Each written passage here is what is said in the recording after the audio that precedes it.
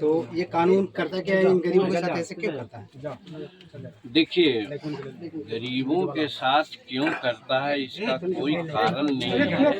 गरीब बेचारा कमाता है, कमाने के लिए जाता है, तो मजदूरों के साथ मजदूरों का शोषण जनरली भट्ठा वाले लोग करते हैं। यहाँ ही नहीं है तो यह है कि यहाँ बगल के भट्ठा पर गया हुआ था।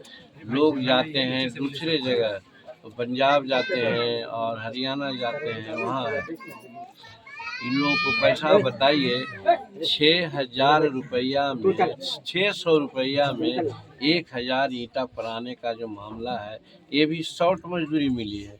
ये उसका अगर रेट माना जाएगा तो हम समझते हैं 17-1800 रुपये 1,000 ईंटा पराया जाता है।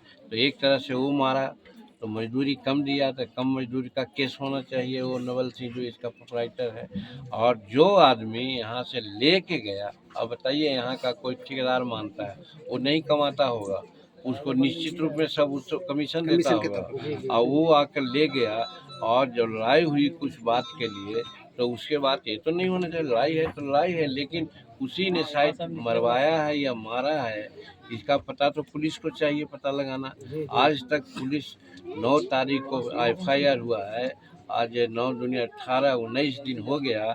ये हमारे पुलिस की कर्तव्यहीनता है, कहीं न कहीं कानून लापरवाह है। हाँ, एकदम इसको संवेदनशीलता का अभाव है। इस चीज़ को अभी हमें SDO से बात किया है। SDO एज ए होल कानून व्यवस्था का कस्टोडियन होता है, तो उसको बात करके सारी बात कही है। उसने कहा है कि हम 2-3 दिन के अंदर पारिवारिक लाभ योजना दिला देंगे, और DSP से और थानेदार से और प्रखंड के पदाधिकारी से सबसे हम पूछेंगे कि आखिर इतना डिले क्यों हुआ, ये नेग्लेक्टेड केस क्यों हुआ।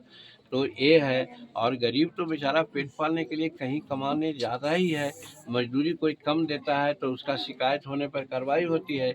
ये लोग भी अज्ञानतावश शिकायत नहीं कर रहा है।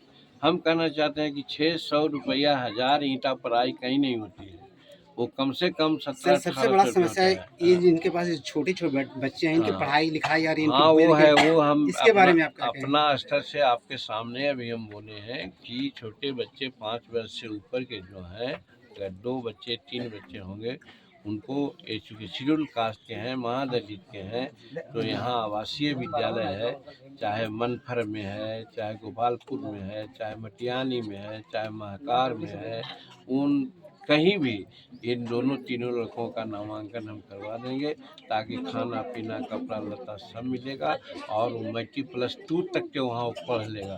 तो हम समझते हैं ये विधवा औरत को आगे का भविष्य ठीक रहेगा। इतना काम हम करवाएंगे। लेकिन सबसे बड़ी बात है कि प्रशासन आज तक इस शेड्यूल कास्ट टोला में क्यों नहीं आया।